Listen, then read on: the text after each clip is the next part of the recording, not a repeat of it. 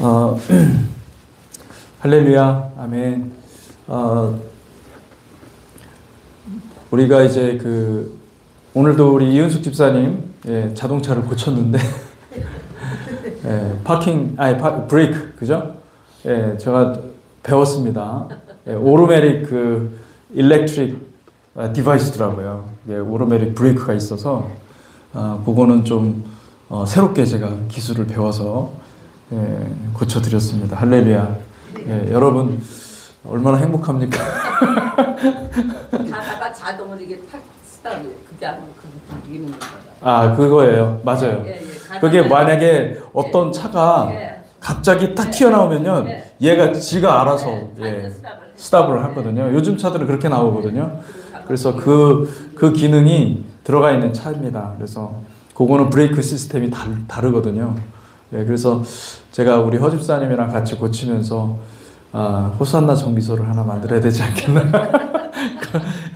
돈 버는 정비소가 아니라 성도들에게 무상으로 브레이크 시스템 갈아주는 정비소를 만들어야 되지 않나 그런 생각도 하고 그랬었습니다. 오늘은 제가 오늘 요한계시록 6장 말씀 좀 잠깐 보고 그리고 그쵸, 맞죠? 하예이 사라, 사라의 삶에 대해서 같이 보도록 하겠습니다. 요한계시록 6장 말씀을 한번 펴보시기 바랍니다. 요한계시록 6장 말씀.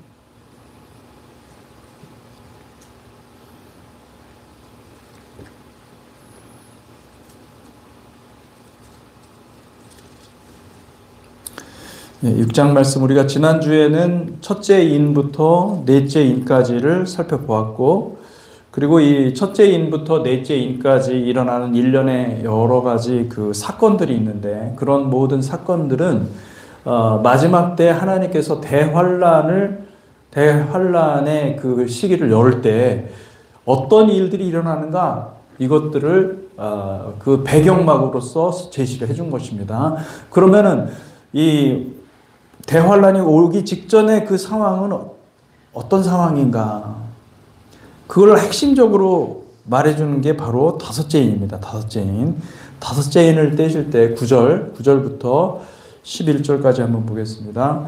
다섯째 인을 떼실 때에 내가 보니 하나님의 말씀과 그들이 가진 증거로 말미암아 죽임을 당한 영혼들이 제단 아래에 있어 큰 소리로 불러 이르되 거룩하고 참되신 대주제여 땅에 거하는 자들을 심판하여 우리 피를 갚아주지 아니하시기를 어느 때까지 하시려 하나이까 하니 각각 그들에게 흰 두루마기를 주시며 이르시되 아직 잠시 동안 쉬되 그들의 동무 종들과 형제들도 자기처럼 죽임을 당하여 그 수가 차기까지 하라 하시더라. 아멘.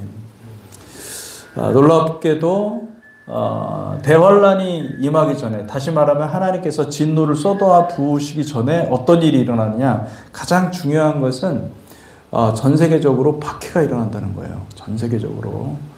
여러분 우리는 지금 미국 땅에 있기 때문에 더군다나 또 굉장히 보수적인 지역입니다. 이 조지아 아틀란타는 보수적인 지역이에요. 그래서 기독교가 비교적 많이 보호되고 있는 지역에 살고 있습니다. 그래서 지금 무슨 박해가 일어나느냐 이렇게 생각할 수가 있습니다. 그러나 여러분 전 세계 뉴스를 여러분들이 좀 관심 갖고 보세요.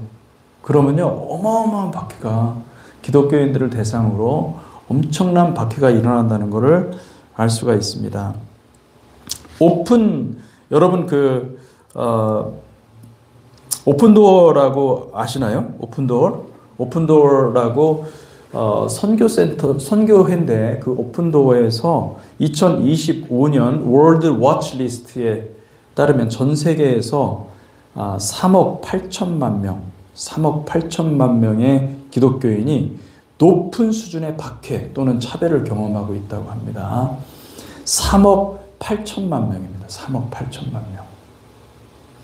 코로나 이후에 독재 정권이 만들어지기 시작하고 독재 정권이 계속 일어나기 곳곳에서 독재 정권, 우리 대표적으로 한국, 지금 독재를 벌이고 있죠. 독재 정권. 그리고 테러리즘, 각종 테러리즘. 이 찰리 코크가 사실은 테러리즘의 희생자죠.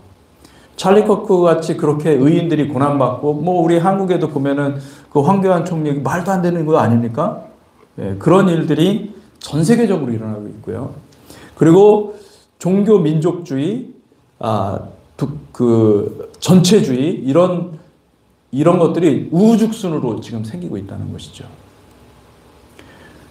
그리고 International Christian Concern ICC에서 보니까 2025년 글로벌 퍼시큐션 인덱스에서 뭐라고 결론을 내냐면은 대략 3억 명의 기독교인이 다양한 형태의 박해를 받고 있는데 투옥되거나 고문을 당하거나 살해를 당하고 있습니다. 이렇게 얘기하고 있습니다. 3억 명이에요. 3억 명. 어마어마한 일들이 일어나고 있고 이것이 바로 대환란이 들어가기 바로 직전의 상황이라는 것을 여러분들이 안다고 한다면은 지금이 바로 요한계시록에서 말하고 있는 요한계시록 6장에서 말하고 있는 지금 우리가 이 때를 살아가고 있다라는 것을 아시기 바랍니다.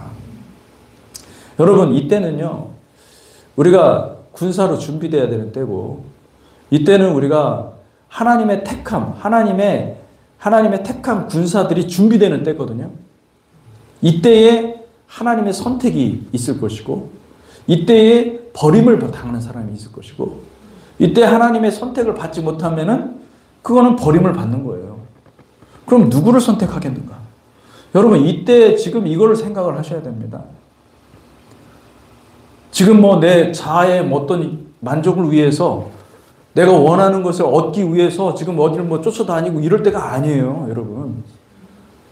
그건 우상숭배입니다. 예. 뭐 박수 쳐주고 사람들이 좋아하고 사람들이 뭐 많이 가고 뭐 은혜가 있는 것 같고 치유가 있는 것 같고 그러니까 막 가는데 여러분 우리의 인생의 목적은 치유가 아니에요. 할렐루야.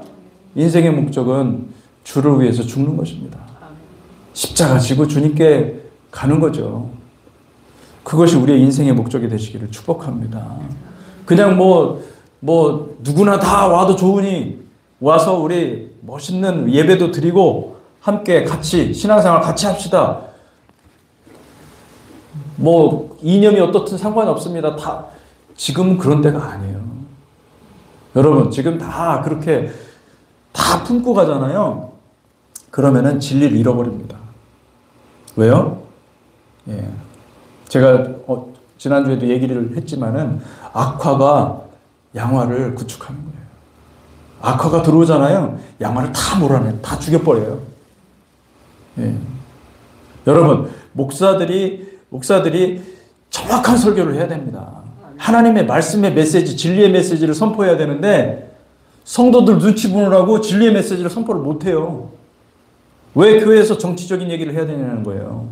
왜 교회에서 이념 간의 갈등을 만들어가지고 사람들을 분리시키고 이간하느냐는 거예요. 여러분 그게 맞습니까? 아니에요. 여러분 마지막 때는 분리해야 돼요. 양과 염소를 싹 분리를 해야 되고 예, 놀라운 것은 양은 좌편에 있더라고요.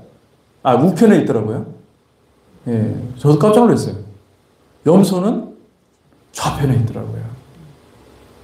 여러분 오른편으로 가셔야 돼요. 할렐루야. 예. 예, 맞아요. 오른편. 예. 그것도 어떻게 그렇게 연결시키세요? 놀라운 통찰력이네. 예. 여러분 정말로 정신 똑바로 차려야 돼요.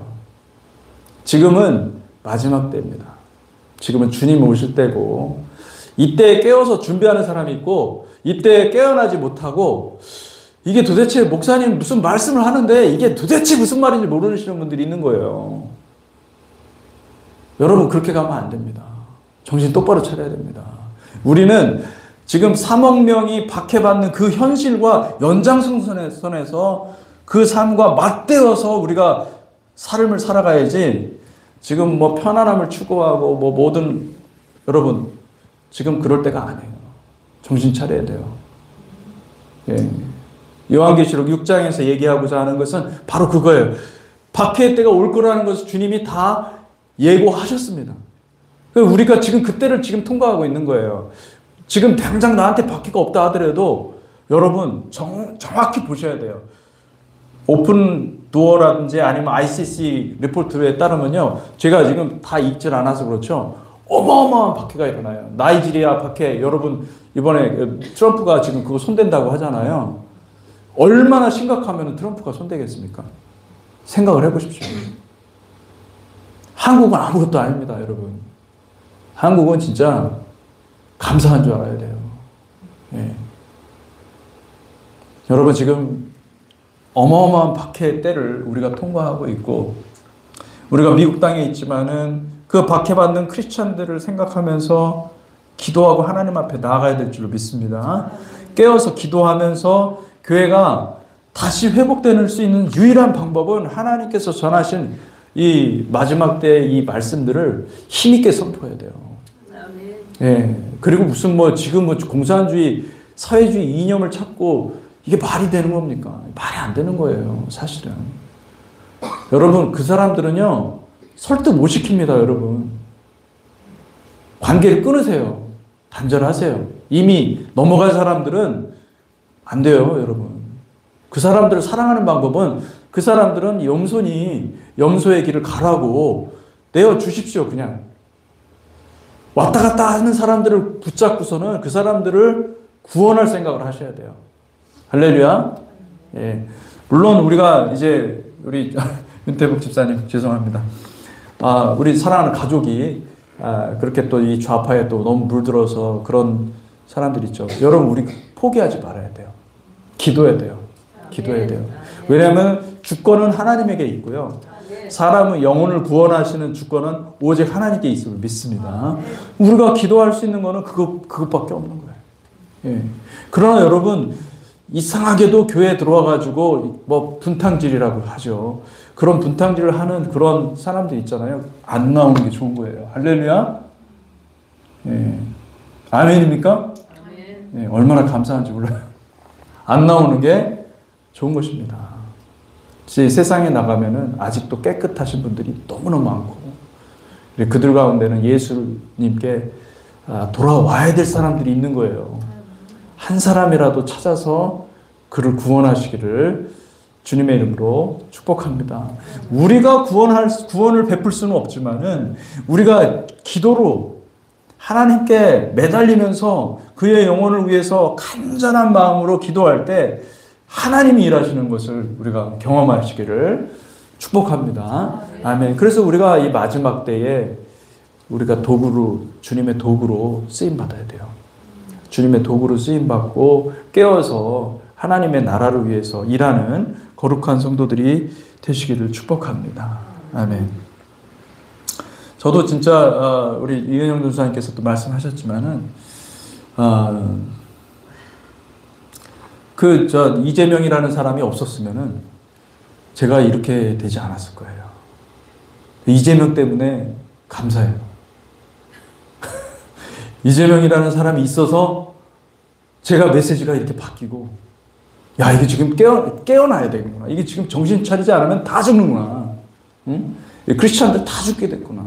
이게 정말 짐승이 나타나니까, 요한계시록에 나와 있는 그 짐승이 나타나니까, 한국에 나타나니까 완전히 각성이 되는 거예요. 각성이.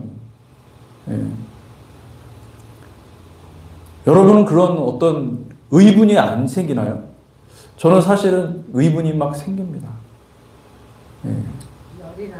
열이 나죠? 예, 다행입니다. 화병이, 할렐루야.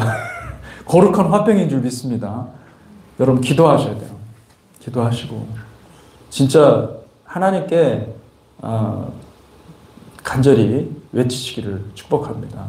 그리고 여기 계신 분들은 다 받았을지 모르겠지만은 제가 마이클 리 누구죠?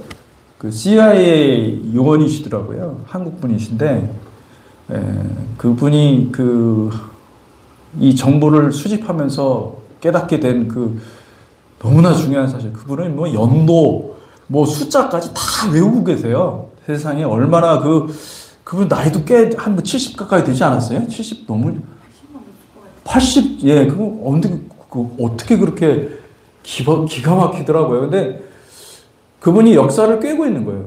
제대로 된 역사를 안 가르쳐 준다는 거예요. 제대로 된 역사 교육이 없으니까 우리가 이 모양 이 꼴이 됐다.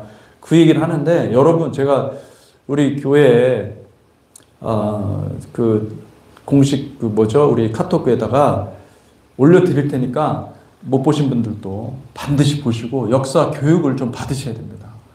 우리 너무나 이상한 교육을 받아가지고 김구 선생님을 아주 떠받들고,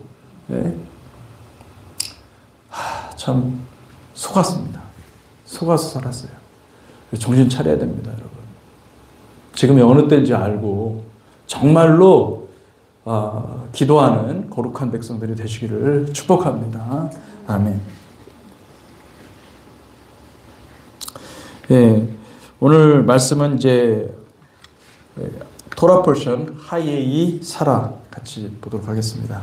이 토라 포션의 하예이 사라는요, 창세기 23장 1절에서 25장 18절까지의 말씀입니다. 창세기 23장 1절을 한번 찾아보도록 하겠습니다. 여러분, 창세기 23장 1절입니다.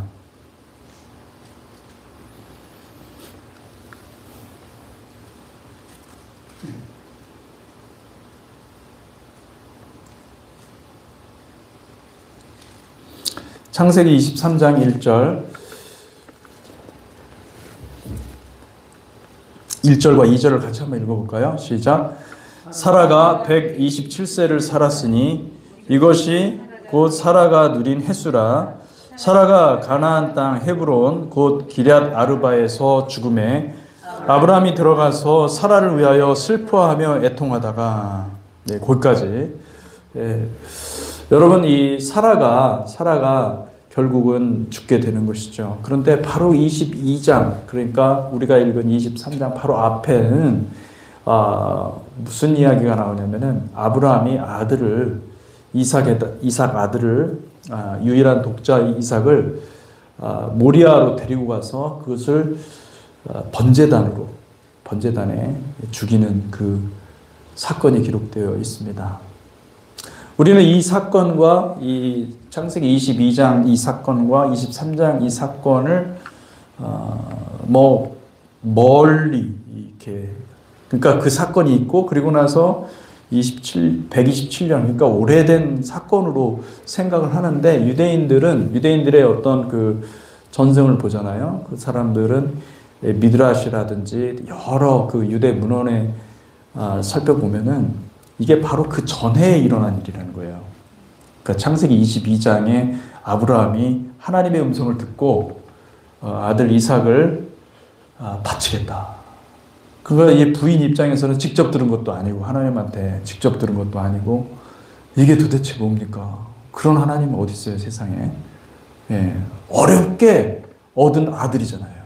그 아들을 보고 지금까지 왔는데, 그 아들을 그때쯤이 되면은 이제 그 100세니까 127세, 그죠?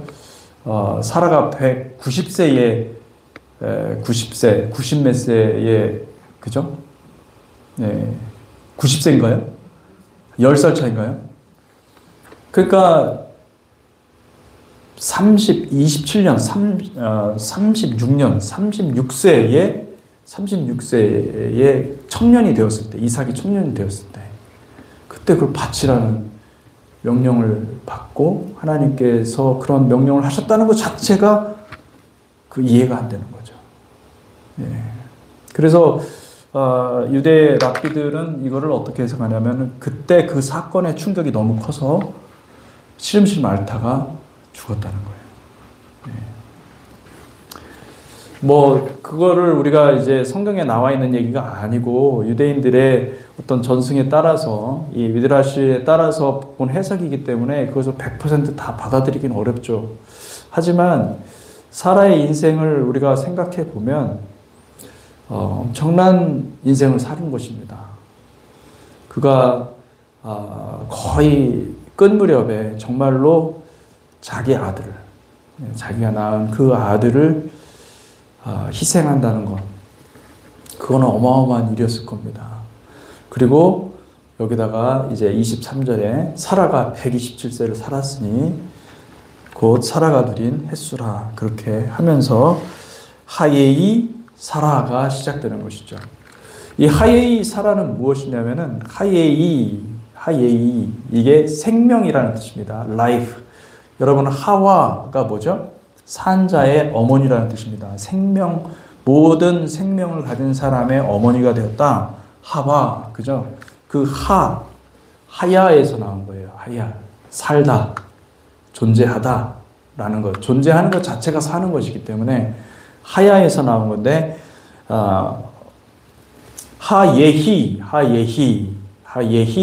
사라의 인생, 사라의 연한, 사라의 수명, 사라의 삶이 이러했다라는 것을 얘기를 해주고 있고요.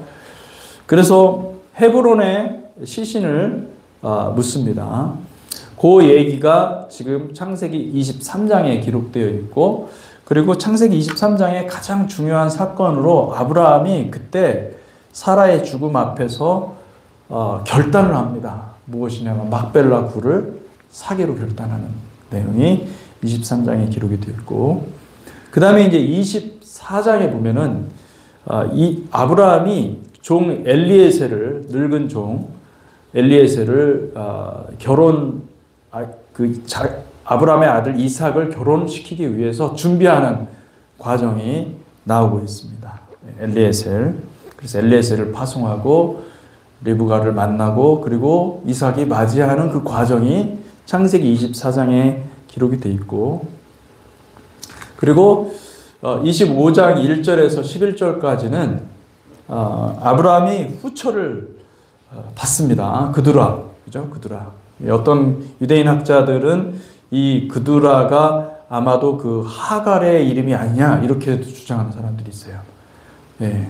근데 그거는 저는 그렇지 않다고 생각하지만은 어쨌든 후처를 받아들였고, 그리고 하나님께서 여전히 축복하시는 장면이 나오고 있습니다. 그리고 이스마엘의 족보가 25장 12절부터 18절까지 기록된 것을 볼 수가 있습니다. 이게 하예이 사라의 내용입니다. 그 하예이 사라에 보면 1장 우리가 23장 1절에 보잖아요. 그럼 뭐라고 되어 있냐면 사라가 127세를 살았으니 이것이 곧 사라가 누린 햇수라.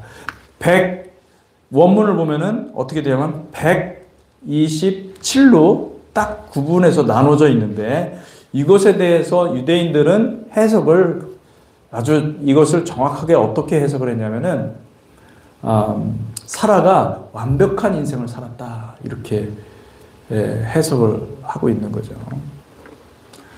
100은 100세가 200세와 20세와 연결이 되고, 그러니까 100세를 20세처럼 살았고, 그리고 20세를 20년을 7살과 연결시켜서 20세를 7년과 같이 살았다. 7은 완전한 숫자잖아요. 그죠? 그러니까 100세의 사라는 20세와 같이 죄가 없었다. 20이라는 숫자는 그 유대인들에 따르면 20세가 되기 전에는 죄를 모른다. 그러니까 율법을 완전히 알고 죄를 아는 때가 되는 것이 20세를 넘어서야 된다. 이런 의미로 보는 거예요. 그래서 그때처럼 정말 천진난만하게 살았을 것이고 20세까지처럼 살았고, 그리고 20세의 사라는 7세처럼 아름다웠다. 순수함과 겸손함의 그 아름다움을 그대로 간직한 채 그렇게 살았다. 그래서 사라의 모든 생애는 너무나 아름답고 선하고 완전했다. 그렇게 해석을 합니다. 지나치게 아브라함의 아내를 높이 평가하고 높이 이렇게 얘기를 하는 것이죠. 그러나 사실 우리는 이렇게 해석하기는 어렵고, 이것은 유대인들의 해석이고요. 라시의 해석이고, 우리가 이 사라를 어떻게 해석을 해야 되느냐. 이 사라는요, 사라의 의미가 뭐죠? 사라의 의미? 사라의 원래 사르입니다. 사라이. 나의 왕이라는 뜻입니다. 나의 왕, 나의 공주, 나의 귀빈, 나의 왕비라는 뜻입니다. 네, 사라이. 그런데 이 사라이가 사라로 바뀌죠. 사르라는 말이 왕이라는 뜻이거든요. 사르라는 것이 여인에게 쓸 때는 누굽니까? 왕비나 아니면 공주가 되겠죠. 예. 사라는 뭐냐면 열국의 어미, 열국의 공주. 예. 만인의 공주가 되는 것이죠. 예. 만 백성의 공주가 되는 것이다. 이 사라의 의미는 굉장한 의미입니다. 사실은. 왜냐하면은 아브라함도 마찬가지로 뭐죠? 열국의 아버지가 되는 거잖아요. 그죠? 아브라함. 그죠? 그런데 사라의 의미는 굉장한 의미입니다. 왜냐하면은 이것은 천년 왕국을 가리키는 거예요. 사실은. 천년 왕국. 사라의 의미는 천년 왕국이다. 왜냐하면 모든 열방을 다스리는 왕이라는 뜻이에요. 모든 열방의 왕이다. 열국의 왕이다. 근데 여자인 거예요. 누구를 가리키는 겁니까? 교회를 가리키는 것입니다. 약속의 자녀인 이 사라를 통하여서 이삭이 나오잖아요. 그죠? 이삭이 나오고 그 이삭은 하나님의 기쁨이잖아요. 그 약속된 그 아들이 나오는 거죠. 메시아가 나오는 거죠.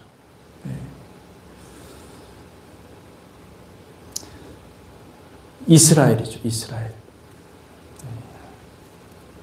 하나님은 이스라엘을 준비시키시고 이스라엘을 만드셔서 이스라엘의 역사 가운데 하나님께서 일하셨습니다. 그런데 결국 그 이스라엘이 낳은 가장 최고의 일은 무엇이냐면 하나님의 약속이 이스라엘을 통해서 성취된 거예요. 이스라엘을 통해서 누가 왔습니까? 메시아가 온 거예요. 하나님의 아들 메시아가 온 거예요. 예수 그리스도가 온 겁니다. 근데 이제 또 바뀌었어요. 어떻게 되냐면 바로 그 예수 그리스도의 십자가를 통하여서 무엇이 형성이 되고 있습니까? 그 이스라엘의 본체, 이스라엘이 그림자라고 한다면 이제 하나님께서 만들고자 하는 예수 그리스도 그 뼈로 말미암아 예수 그리스도의 그 유골로 말미암아 만들고자 하는 하나님의 교회가 생기는 거죠. 그 혈통과 이 모든 거 상관이 없어요. 모든 민족 가운데 이 복음이 전파되어서 그래서 모든 민족 가운데 누가 만들어지는 것입니까? 교회가 만들어지는 거죠. 그게 뭡니까? 그게 사라, 열국의 통치자, 열방의 통치자라는 거예요. 사라. 아브라함과 사라는 그런 의미가 있는 거예요. 아브라함과 사라를 하나님이 선택하시고 그를 만나시고 부르실 때 하나님은 무엇을 생각하셨느냐? 그것은 천년왕국의 왕 같은 제사장이 될 모든 사람들을 생각을 하시고 그 이름을 주셨다고 우리가 볼 수가 있는 것이죠. 너무나 놀라운 일이죠. 할렐루야. 네. 이걸 이렇게 해석하시는 분 제가 아직 못 봤지만은 여러분 저는 성경 보면서 너무나 기가 막히다. 너무나 기가 막히다. 하나님이 이렇게 만드셨구나. 할렐루야. 아멘. 그래서 사라가 여러분 이제 뭡니까? 갈라디아서에 보면은 바울이 사라의 자녀와 하갈의 그 후손을 어떻게 비교를 하죠? 하갈은 종이에요. 하갈은 종이고 그리고 하갈은 율법입니다. 그렇다면은 사라는 뭐예요? 사라는 자유인이에요. 자유자고 성령이에요.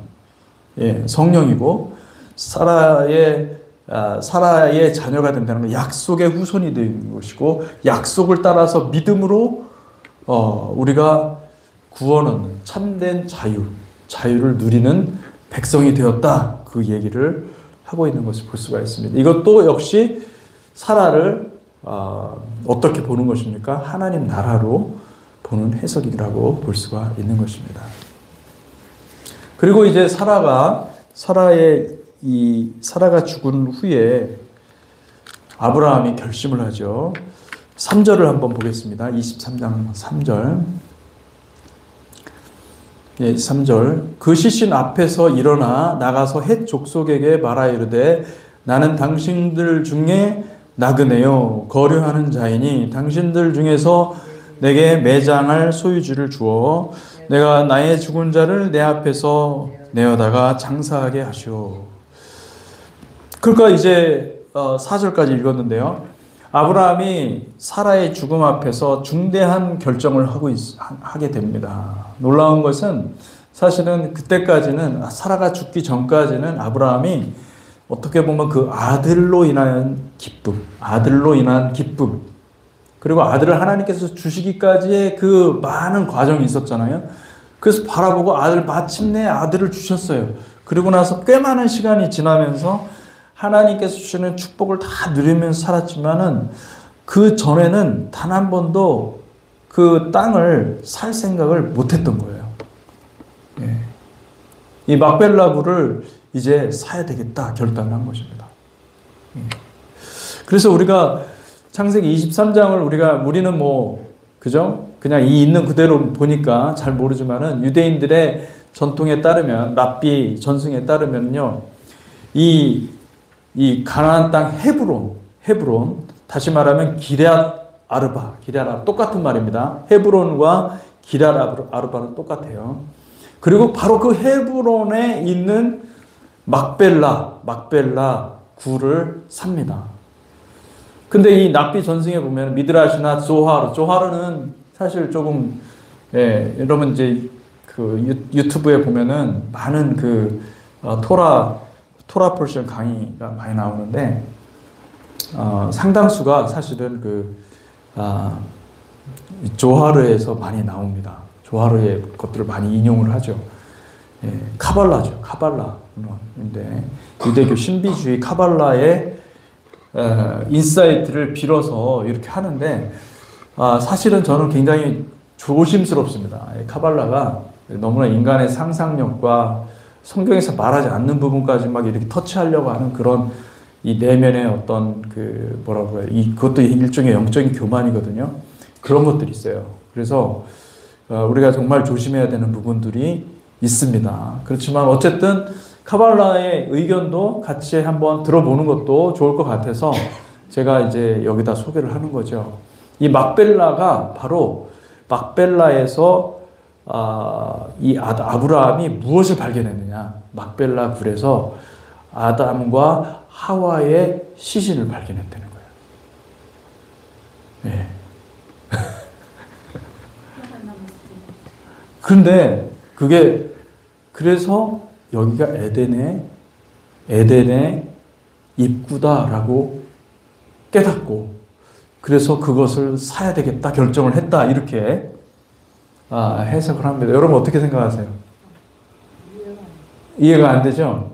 유대인들의 해석을 보면요 이해가 안 되는 게 너무 많아요. 실제로.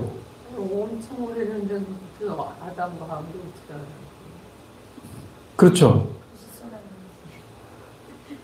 그러니까 이제 어떤 형태로든 발견했는지 모르겠지만은 아담과 하와가 죽은 곳이 바로 여기가 바로 에덴의 입구다. 그래서 그리고 또 이제 어떤 막벨라 이 히브리어로 보잖아요. 이 말의 뜻이 뭐냐면은 이중 동굴이라는 뜻이거든요. 이중 동굴. 그 이중 동굴이 뭐냐면 두 세계가 겹쳐진 장소, 라시의 견해고요. 베레시트 라바, 미드라시죠. 거기 58장 8절에 보면은 아브라함이 암양을 쫓아가다가 막벨라 동굴에 들어갔는데 그곳에서 아담과 하와의 시신을 보았다. 이 미드라시에서 나오는 겁니다. 네. 여러분 미드라시에 진짜 황당한 얘기도 많이 있습니다. 실제로. 그래서 저는 미드라시 얘기를 다 믿을 건 아니라고 생각해요. 우리는 오직 예수만 믿으시기를 바랍니다. 라시를 믿지 마라. 예, 할렐루야. 제가 농담한 것입니다. 예. 그래서 이제 우리가 중요한 것은 어쨌든 여러분 이 유대인들의 의식을 우리가 좀 생각해 볼 필요가 있는데 에덴은 이거는 이제 이것과 별개로 에덴을 어떻게 그들은 묘사를 하냐면은 상부 구조가 있고 하부 구조가 있대요. 상부 에덴이 있고 하부 에덴이 있는데 상부 에덴에는 에덴은 그러니까 2층이 있는 거죠. 예, 2층이 있는데 1층에는 하부 다시 말하면 이 땅과 결합이 되는 이 땅에 임할 에덴이 있고 그 다음에 상부 에덴은 뭐냐면은 하나님의 보좌가 있고 천사들이 있고 이것은 이 온 땅을 통치하고 그냥 뭐라 그러고 완전히 구분된 또 다른 층의 에덴이 또 있다라는 거죠. 상부 에덴이 있다라는 것이죠. 예. 그래서 이제 요한계시록에 보면 21장, 22장에 보면은 새 예루살렘이 내려오고, 그죠? 새 예루살렘이 내려오고, 어린 양의 그 보좌가 있고, 그곳에. 그리고 생명수가 있고, 생명나무가 있고, 그리고 그것을 통해서 에덴이 회복된다. 이것은 정확히 말하면은 이 에덴은 어떤 에덴입니까? 하부 에덴이 되는 거죠. 그들의 견해에 따르면 하부 에덴이 땅과 결합해서 이 땅을 전부 다 변화시킨다는 거예요. 그러니까 에덴 동산 창세기 2장과 3장에 기록된 그 에덴 동산은 어떤 에덴 동산이에요? 하부 에덴이었다고 얘기를 하는 것입니다. 이건 굉장히 인사이트가 있는 말인데 실제로 그럴 수 있습니다. 그렇지만은 어쨌든 성경에는 정확하게 나와 있는 부분은 아니기 때문에 우리는 그냥 이렇게 이런 정도로 참고한다라고 아시면 되겠습니다. 그래서 여러분 우리가 왜 우리 지금 아브라함이 이 땅을 사는 것이 어떤 의미가 있는지를 우리가 알아야 됩니다. 땅을 사는 것이. 여러분 여기 보면은요, 아브라함이 땅을 사는데, 5절을 한번 보십시오. 5절과 6절. 오늘은 23장만 해도 시간이 다 갈 것 같아요. 23장 다 할 수 있을지 모르겠어요.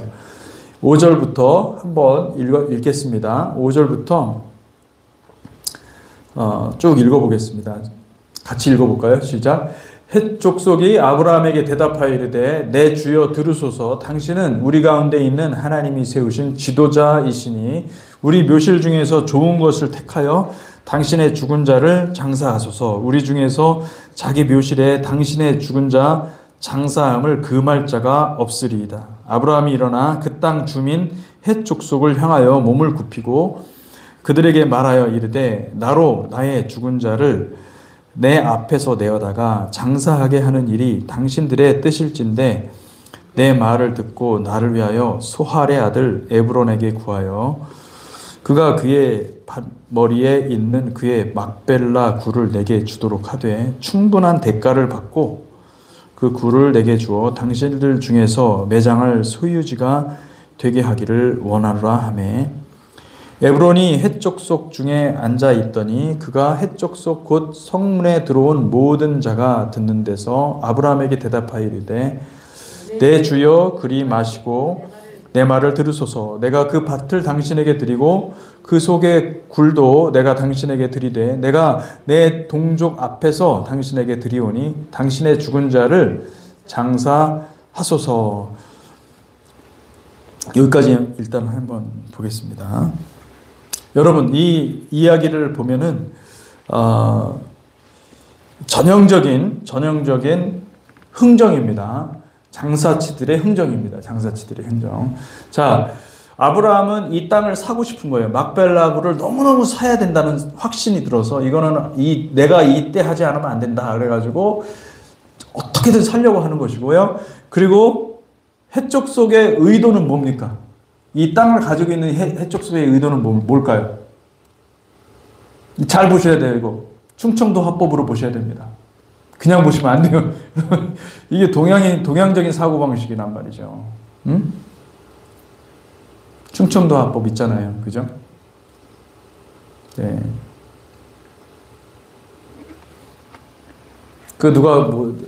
어떤 분이 그 코미디에 나와서 그러던데. 그죠? 네. 사는 놈이 알지, 파는 놈이 어떻게 알아요. 네. 그래서 값을 좀 얘기를 했더니, 에이, 그거 뭐, 집에 개나 주지. 그걸 뭐하러 파냐고 하면서, 이거 팔아서 남지도 않아요 하면서, 그죠? 그렇게 충청도 화법을 여러분들이 아시면은 이게 해석이 되는 것이죠. 여러분, 이 해적속은 지금 아브라함에게 어떻게 지금 얘기를 하는 것입니까? 팔 의도가 있었습니까? 없었습니까? 있었습니다. 그죠? 어떻게 팔기를 원하는 거예요? 많이 받고 팔기를 원했던 거죠. 그죠? 여러분, 해적속을 그러니까 사기꾼이라고 생각하시면 돼요. 어떻게든 많이 그냥 막 남겨먹고 팔아먹으려고. 그래서 처음에 어떻게 합니까? 그냥 뭐 여기서 그냥 사실 건데 뭐 나그네로 계속 사세요. 난 더 당신한테 팔 생각 없어요. 아니요. 사실은 비싸게 뜯어먹으려고 지금 각오를 하고 덤벼드는 것입니다. 여러분 보입니까? 예. 이해가 되십니까? 그러니까 이제 아브라함이 그거를 알고 어떻게 합니까? 그래서 구체적으로 그 에브론을 언급을 합니다. 여기 보면은 8절에 보면 그들에게 말하야 되되 나로 나의 죽은 자를 내 앞에서 내어다가 장사하게 하는 일이 당신들의 뜻일진데 내 말을 듣고 나를 위하여 소알의 아들 에브론에게 구하여. 이 에브론에게 구하여. 에브론에게 구하여서 그가 그의 밭머리에 있는 그의 막벨라 굴을 내게 주도록 하되 중요한 단서를 얘기해. 충분한 대가를 받고 그 굴을 내게 주어 당신들 중에 매장할 소유가 되게 하기를 원하노라. 그러니까 당신들이 말하는 그 액수가 얼마인지 모르겠지만 섭섭지 않게 드릴 테니 그 땅을 파십시오 얘기를 하는 것입니다. 지금 아브라함이 원하는 것은 뭡니까? 그 땅을 사겠다라는 것입니다. 정당한 값을 주고 사서 내가 하나님의 뜻을 이루겠다 그 얘기를 하고 있는 것이죠. 그러자 어떻게 하냐면은 에브론이 해쪽 속에 앉아 있더니 그가 해쪽 속 곧 성문에 들어온 모든 자가 듣는 데서 아브라함에게 대답하여 이르되 11절 같이 한번 읽어볼까요? 시작. 내 주여 그리 마시고 내 말을 들으소서. 내가 그 밭을 당신에게 드리고 그 속에 굴도 내가 당신에게 드리되 내가 내 동족 앞에서 당신에게 드리오니 당신의 죽은 자를 장사하소서. 이게 또 왜 똑같은 얘기하죠? 이건 무슨 말입니까? 이건 무슨 말입니까? 무슨 뜻으로 이해를 하면 되겠습니까? 네, 여러분 장사를 여러분들 해보셔서 잘 알잖아요, 그죠? 무슨 말로 알아야 됩니까? 안 남기고. 네? 안 남기고 팔아요. 안 남기고 판다? 장사를 지금 판다. 이게 지금 에브론이 하는 말이잖아요. 뭐 하는 거예요? 네? 그런 말이 아니라니까요. 그러니까 흥정을 하는 건데. 안 팔겠다라는 거잖아요. 그럼 안 팔겠다라는 건 뭐예요? 비싸게 팔겠다는 거예요.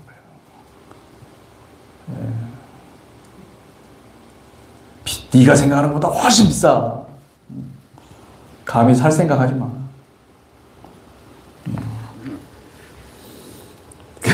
그죠? 근데 여러분 아브라함이 자 여기서 자기 정보를 줍니까 안 줍니까? 아브라함의 지혜는 그거예요. 아브라함은 끝까지 얼마를 내겠다를 얘기를 합니까? 안 얘기합니까? 안 얘기하는 거예요. 그죠? 아브라함이 지혜로운 거죠.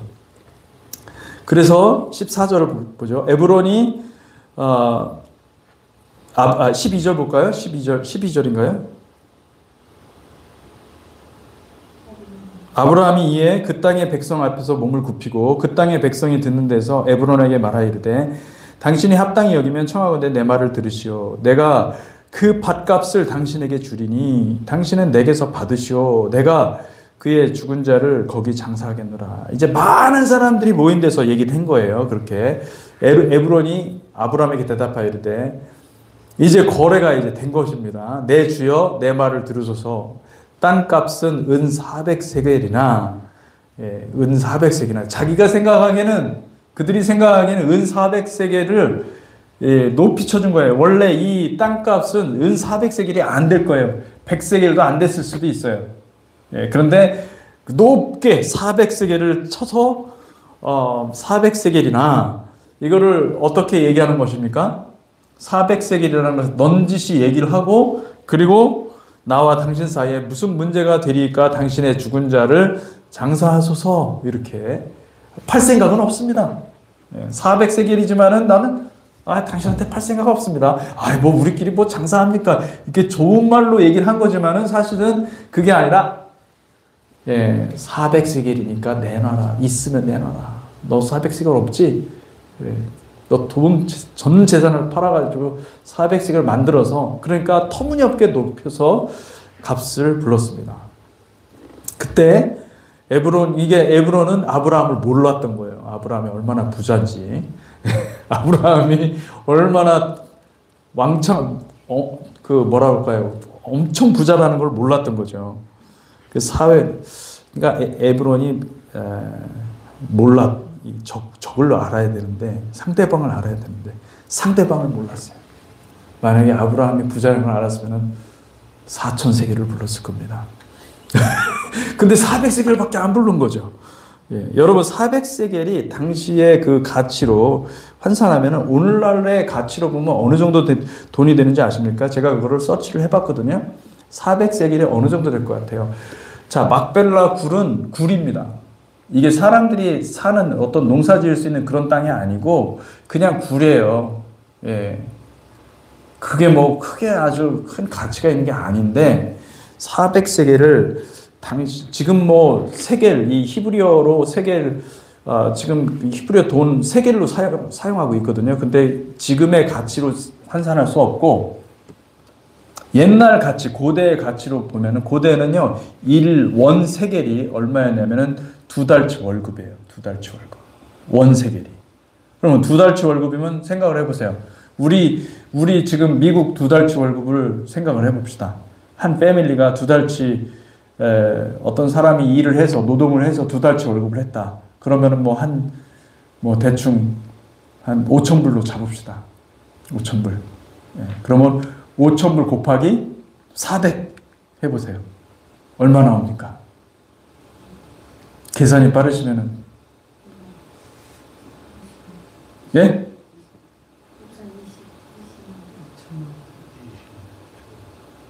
어디요? 200만 불. 200세겔이니까 5천, 50, 아닌데?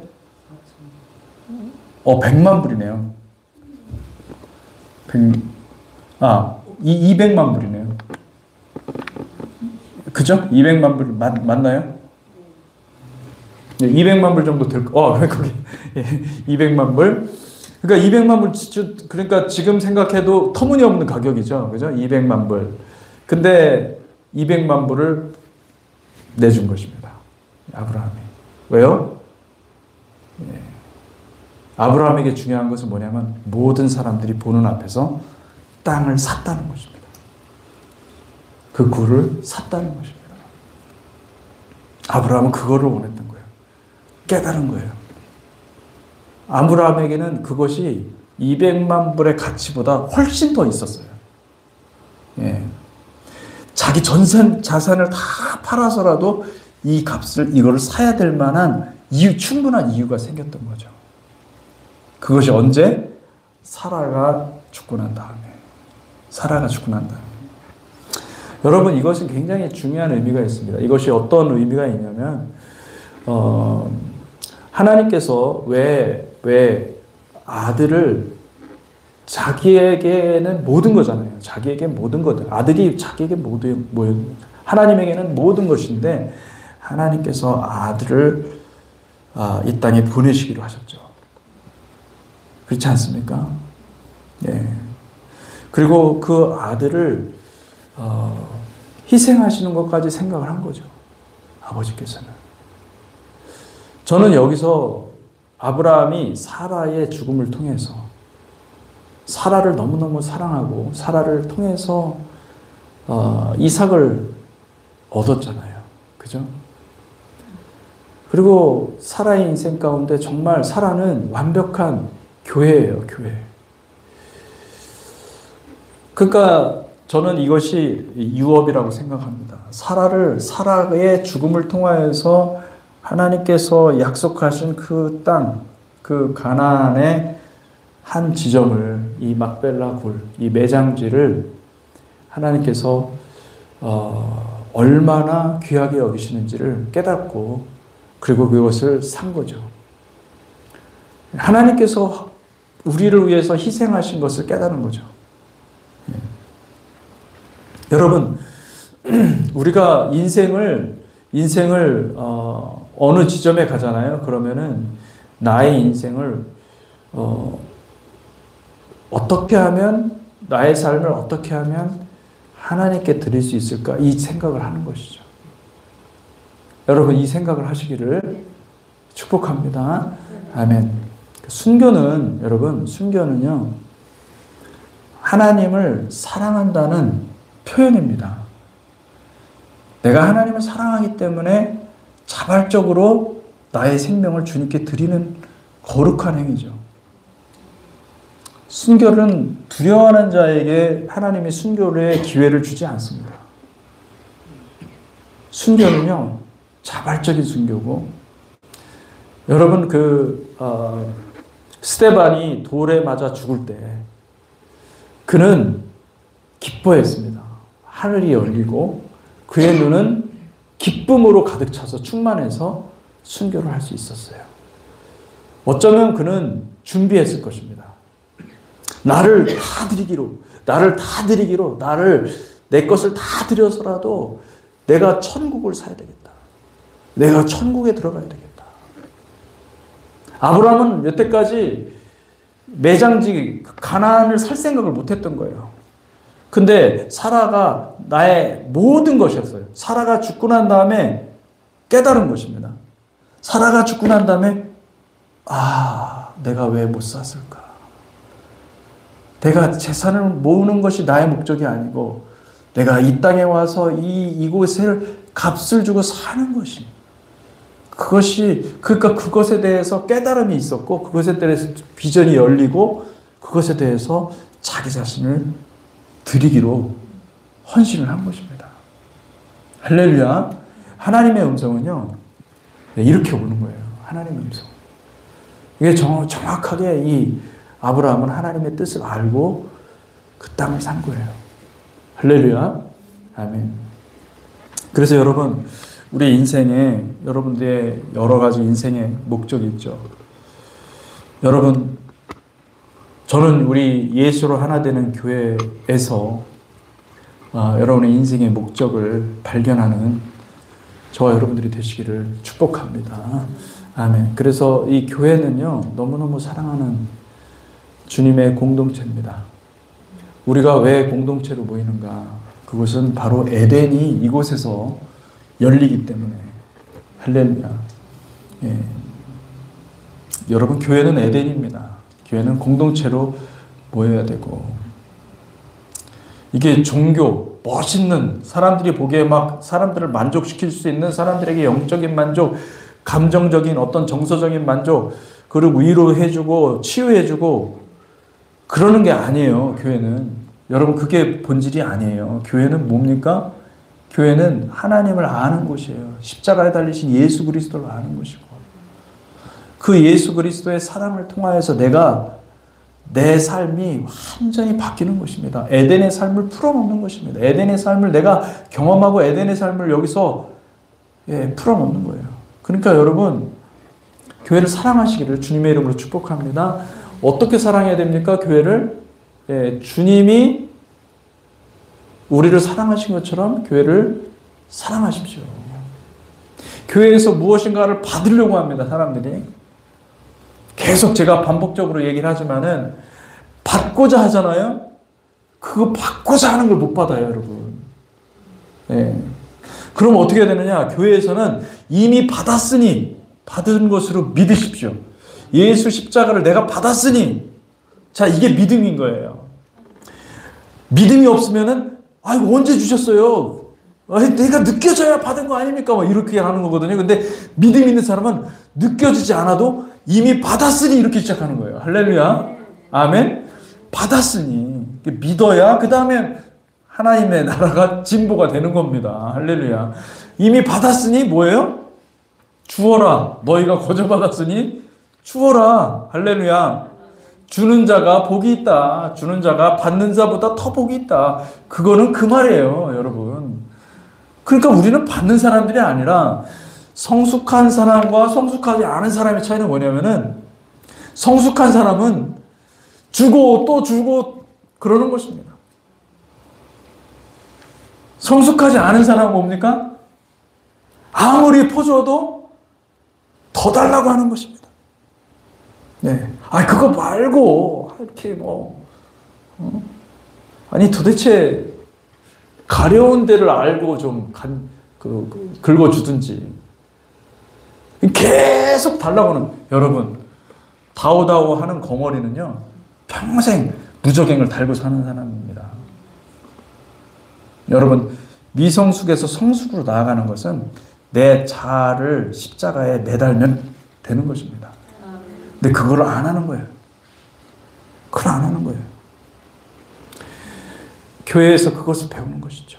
교회에서 말씀을 나누면서 말씀이 거울이 되어서 나를 비추고 내가 완전히 환골탈태를 하는 거죠. 예, 어떻게 해요? 예수의 마음을 알고 예수의 마음으로 내가 살아가는 것을 배우는 것이죠. 주는 자들이 되시기를 주님의 이름으로 축복합니다. 아멘. 예. 놀라운 것은 여러분 주는 자가 됐잖아요. 하나님이 공급하세요. 여러분들이 경험하시기를 축복합니다. 없어도 주는 거예요. 할렐루야. 주고 또 주고 퍼주고 할렐루야. 그러다 하나님이 공급하십니다. 아멘. 그게 믿음이에요. 믿음의 원리예요. 그걸 우리가 이 교회에서 배워야 돼요. 교회에서 그것을 알고 배우고 사랑하시기를 주님의 이름으로 축복합니다. 그게 하나님의 사랑입니다.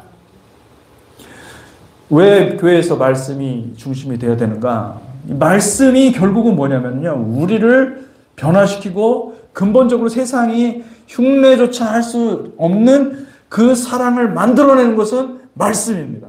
말씀의 능력, 말씀이 나눠지고 말씀이 선포되고 말씀을 우리가 나눌 때 우리 안에 있는 비진리들이 다 나가는 거예요. 그리고 우리 안에 진리로 가득하잖아요. 그러면 진리는 뭐라고 그랬죠?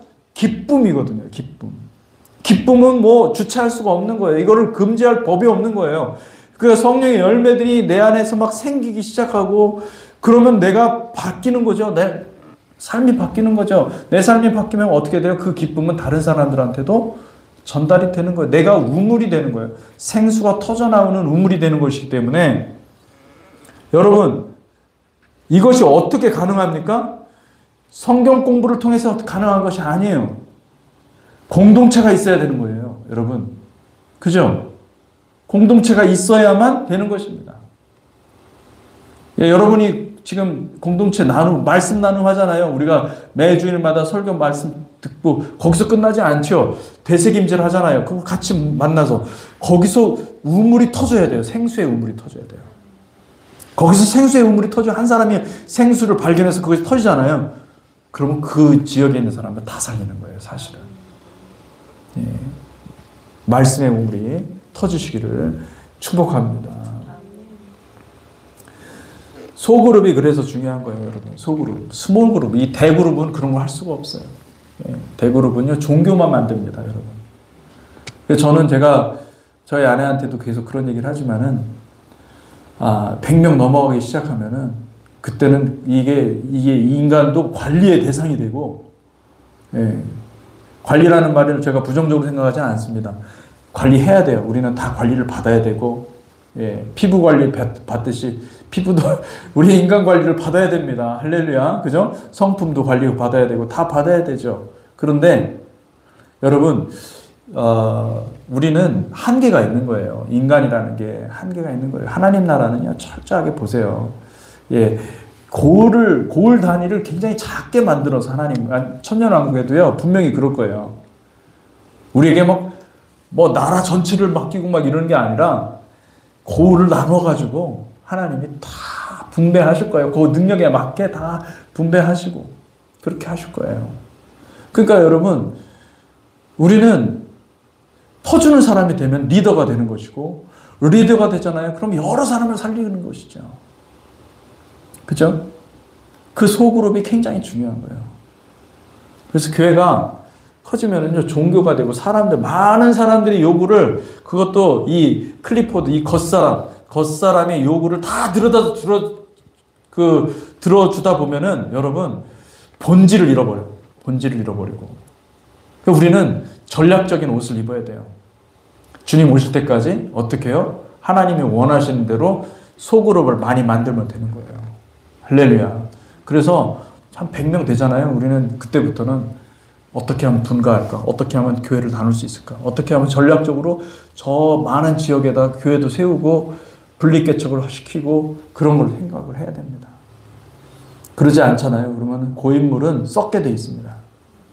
사람들이 많은 곳에 바벨탑이 세워지기 시작하고, 바벨탑이 세워지면은 여러분, 그 바벨탑 꼭대기 위에 올라가 있는 사람은 가만 보면은 목사들이 올라가 있어요.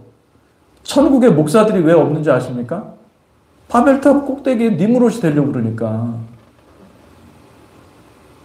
천국에 목사들이 못 들어가는 거예요. 들어갈 수가 없어요, 여러분.